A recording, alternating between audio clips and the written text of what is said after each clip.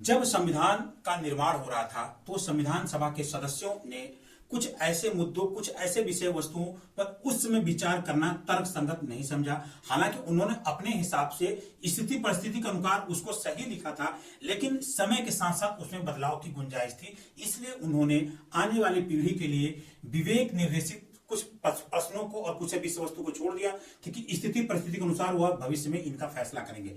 नमस्कार मेरे साथियों, मेरे प्यारे विद्यार्थियों, आज मैं आप लोगों के सामने सुप्रीम कोर्ट के चुनाव आयोग की नियुक्ति प्रक्रिया में जो फेरबदल किया गया है, उस फेरबदल के कुछ ऐतिहासिक पृष्ठभूमि और उस फेरबदल के कारणों के बारे में चर्चा करने आया हूं। वीडियो को आगे बढ़ने से पहले वीडियो की हेडलाइंस में बता दूं, आज हम चर्चा करेंगे अब चुनाव आयोग की नियुक्ति में सरकार की मनमानी नहीं चलेगी तथा चुनाव आयोग की नियुक्ति की मौजूदा प्रक्रिया बदल गई तथा चुनाव आयोग के नियुक्ति के अधिकारियों में अब सरकार की दखलंदाजी समाप्त। वीडियो को आगे बढ़ने से पहले आप वीडियो को लाइक कर लीजिएगा। हम देखते हैं विवाद पर विराम।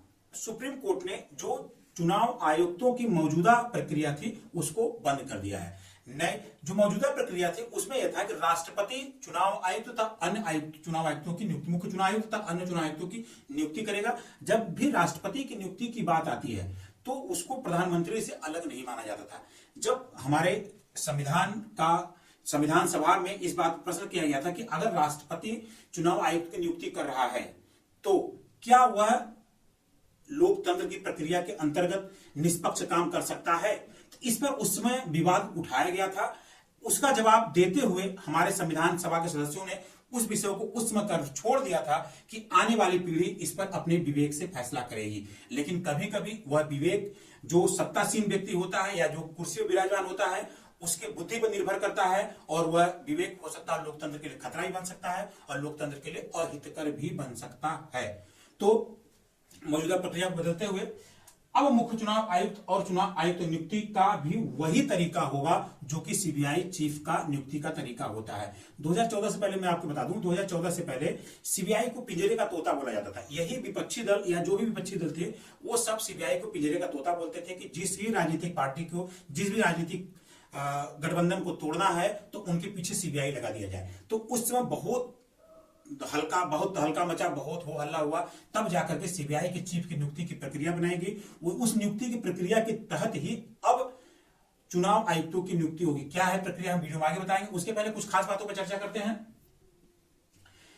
जैसे वह कौन सी बात थी जैसे जिसके लेकर के चुनाव आयोग और सुप्रीम कोर्ट के बीच यह अहम फैसला आया है। तो विपक्षी दलों का यह आरोप था कि सरकार जो है मौजूदा संवैधानिक संस्थानों जैसे चुनाव आयोग हो गया, ईडी हो गया, अन्य संवैधानिक संस्थान होती उस पर अपने राजनीतिक दबाव के कारण मनमानी नियुक्तियां करते हैं जिससे लोकतंत्र खतरे में पड़ सकता है। तो इस बात पे ये हमारे हैं जो इसमें एक चुनाव आयुक्त हैं 1985 बैच के पंजाब कैडर के आईएएस हैं। उन्होंने 18 नवंबर को स्वैच्छिक सेवानिवृत्ति ले ली। हालांकि 60 साल का होने के बाद 31 दिसंबर 2022 को सेवानिवृत्ति होना था, लेकिन उसके पहले ही इन अरुण गोयल जी को मुख्य चुनाव आयुक्त राजीव कुमार और चुनाव आयुक्त अनुप चंद्र पांडे के साथ चुनाव आयोग का हिस्सा बना दिया गया। तो मेन है अरुण गोयल जी की नियुक्ति। यह पंजाब कैडर के अधिकारी थे और इनको आनन फानन में स्वैच्छिक सेवानिवृत्ति दिला करके चुनाव आयुक्तों की कमेटी में, चुनाव आयुक्तों में बना दिया गया। तो यह था मेन जड़ क्यों सरकार ने इतनी आनंद फानन ली। इसी फैसले को लेकर के सुप्रीम कोर्ट में रीट जारी की गई थी जिसमें 5 जजों की पीठ बैठी, जिसमें justice K M. Joseph, justice Ajay Rastogi, justice Aniruddha Bose, justice Hrishikesh Roy और जस्टिस सी.टी. रवि कुमार, इनकी पीठ बैठी और इन्होंने यह अहम फैसला दिया। इन फैसलों की बातों में जो उन्होंने कुछ बातों पर चर्चा किया, जैसे उन्होंने अपने 378 पन्नों के फैसले के बाद उन्होंने आयोग की नियुक्ति की एक प्रक्रिया बनाई और उन्होंने यह भी कहा, इस फैसले को ध्यान सुनिए, कोर्ट ने इस बात पर विशेष रूप से फोकस किया कि चुनाव आयुक्त पद उसी व्यक्ति को नियुक्त की प्राथमिकता दी जाएगी जो 6 साल तक इस पद पर रह सके। यानी कि ऐसा कोई व्यक्ति जो 6 साल तक रहने की संभावना नहीं हो उसको इस पद पर न बनाया जाए। और कोर्ट ने कहा कि जब तक संसद चुनाव आयुक्तों की नियुक्ति को लेकर कानून नहीं बनाती है तब तक कोर्ट के फैसले के तहत ही नियुक्ति की जाएगी। कोर्ट ने कहा कि जब तक संसद चुनाव आयुक्तों की नियुक्ति को लेकर कानून नहीं बना लेती थी तब तक जो हम अभी नियम बना रहे हैं इसी प्रक्रिया के तहत नियुक्ति की जाएगी। यानी कोर्ट ने फैसला दे दिया कि जो व्यक्ति 6 साल तक कम से कम इस सीट पर रह सके उसी व्यक्ति को वह पद प्रदान किया जाए। तो हम बात करते हैं यहाँ पे इस फैसले के आने के बाद से जो चुनाव आयुक्त बनेंगे इनकी शक्ति में बढ़ावा होगा और जो डेमोक्रेट्स होते हैं, जो राजनीतिक पार्टियों के नेता होते हैं, इनके दबाव में वह नहीं आएंगे। तो हो सकता हो लोकतंत्र को और अच्छा एक माहौल प्रदान मिले। इसके पहले मैं बता दूं भूतकाल में एक हमारे चुनाव अधिकारी होते थे श्रीमान टीएन शेषन, उन्होंने चुनाव आयोग में ऐसे परिवर्तन किए, उन्हीं परिवर्तन के दल पर एक आम नागरिक चुनाव आयोग की शक्ति को पहचाना और यह भी जाना कि चुनाव आयोग जैसे भी कोई संस्था होती है जो कि चुनाव करवाती है। तो सुप्रीम कोर्ट का एक बड़ा फैसला आता है और उस बड़े फैसले में जो सुप्रीम कोर्ट ने कहा कि चुनाव आयोग के जो मेंबर हैं उनकी नियुक्ति एक कोलेजियम के तहत होगी और उस कोलेजियम में सदस्य होंगे भारत के प्रधानमंत्री, लोकसभा में विपक्ष के नेता और चीफ जस्टिस की कमेटी, यानी कि भारत के प्रधानमंत्री, विपक्ष के नेता और उच्चतम न्यायालय के मुख्य न्यायाधीश, इन 3 लोगों की एक कमेटी बैठेगी जो कि चुनाव आयुक्त की नियुक्ति करेगी और इन्हीं नामों पर चर्चा करके जो नाम वो राष्ट्रपति को भेजेंगे उन्हीं पर विचार किया जाएगा और उन्हीं को बनाया जाएगा। यहां पे एक बात कोर्ट ने स्पष्ट कर दिया है कि अगर यहां पे लोकसभा में विपक्ष का नेता बनने के लिए 10% सीट का जीतना आवश्यक है। पिछली बार सीबीआई का जब चीफ की नियुक्ति हो रही थी तो वह 10% का कोटा किसी भी राजनीतिक पार्टी ने हासिल नहीं किया था, जिसके कारण सीबीआई के चीफ में नियुक्ति करने में बड़ी दिक्कत हो रही थी। तो इस बात को संज्ञान में लेते हुए कोर्ट ने कहा कि अगर कोई भी लोकसभा विपक्ष का नेता उसको नहीं प्राप्त कर पाता है तो जो भी विपक्ष में सबसे बड़ी राजनीतिक पार्टी होगी उसके व्यक्ति को, जो उसका मेंबर होगा, उसको यह मौका दिया जाए, जो उसका एक तरह से जो उसका नेता होगा सदन में उसको यह मौका दिया जाएगा। यानी कि अब चीज स्पष्ट हो गई है कि सीबीआई चीफ में जो कोलेजियम सिस्टम लगा हुआ है वही कोलेजियम सिस्टम अब चुनाव आयुक्तों की नियुक्ति करेगा। चुनाव आयुक्तों की नियुक्ति से पहले हम कुछ बता देते हैं कि जो हमारा इलेक्शन कमीशन है इसका गठन जो हुआ था 25 जनवरी 1950 को की गया था और यह एक स्वतंत्र और निष्पक्ष चुनाव करवाने के लिए किया गया था और निष्पक्ष चुनाव भारत में होता आ रहा है। निष्पक्ष चुनाव को लेकर के ही यह आयोग कार्य कर रहा है। जैसे आयोग में वर्तमान में एक मुख्य चुनाव आयुक्त और 2 अन्य आयुक्त हैं, जबकि यह पहले 1950 में गठित हुआ था।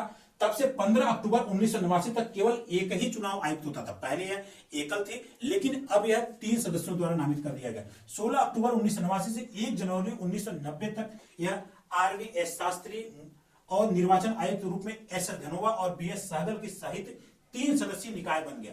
2 जनवरी 1990 से 30 नवंबर 1993 तक यह फिर से एकल सदस्यीय निकाय बन गया और अब फिर 1 अक्टूबर 1993 से यह एक 3 सदस्यीय निकाय बन गया। यानी वर्तमान में जो हमारा चुनाव आयोग है वह 3 सदस्यीय निकाय है जिसमें एक मुख्य चुनाव आयुक्त और 2 अन्य आयुक्त हैं। मुख्य चुनाव आयुक्त को हटाने की प्रक्रिया बड़ी ही जटिल है, इसलिए इस पद पर जो भी व्यक्ति बैठ जाता है वह एक तरह से बहुत ही बड़ी हस्ती मानी जाती है और खासतौर से जहां पर लोकतांत्रिक सरकार होती है वहां पे अगर मुख्य चुनाव आयुक्त पर ही आरोप लग जाए तो उस देश में लोकतंत्र की स्थिति के बारे में स्पष्ट कहना तर्कसंगत नहीं होगा। हम चुनाव आयोग के बारे में कुछ और बातें बताते हैं। जैसे मुख्य चुनाव आयुक्त तो अन्य चुनाव आयुक्तों की नियुक्ति भारत के राष्ट्रपति करता है। तब मुख्य चुनाव आयुक्त का कार्यकाल 6 वर्ष का होता है और उसकी आयु 65 वर्ष की होती है। यानी कि 6 वर्ष और 65 वर्ष में जो पहले आ जाए वही मान लिया जाएगा। यहाँ इस फैसले में सुप्रीम कोर्ट ने यही बात कहा है कि जो व्यक्ति 6 साल तक अपने कार्यकाल को पूरा कर सके कोशिश किया जाए कि उसी व्यक्ति की ही नियुक्ति किया जाए।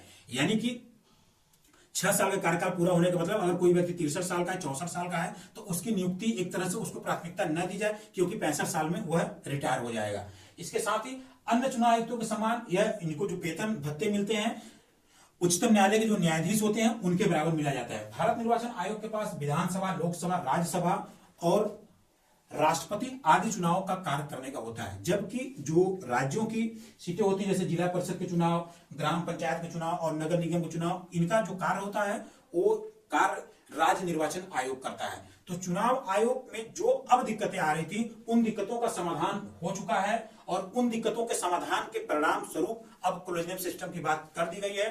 कोलेजियम सिस्टम के तहत ही अब नियुक्ति होगी। देखते हैं भविष्य में सरकार इसके बारे में क्या फैसला करती है, क्योंकि सुप्रीम कोर्ट ने यह स्पष्ट कर दिया है कि जब तक नया नियम नहीं बनेगा तब तक इसी नियम के तहत आयोग में जो चुनाव अधिकारी उनकी नियुक्ति होगी। लेकिन यहाँ पर सुप्रीम कोर्ट ने जो राजीव गोयल जी हैं उनकी नियुक्ति के बारे में कोई स्पष्ट नहीं कहा है कि उनकी नियुक्ति कैसी है, यानी कि वो अपने पद पर बने रहेंगे और भविष्य में काम करते रहेंगे। वीडियो पसंद आएगा तो वीडियो को जरूर लाइक करिएगा, अधिक से शेयर करिएगा। धन्यवाद।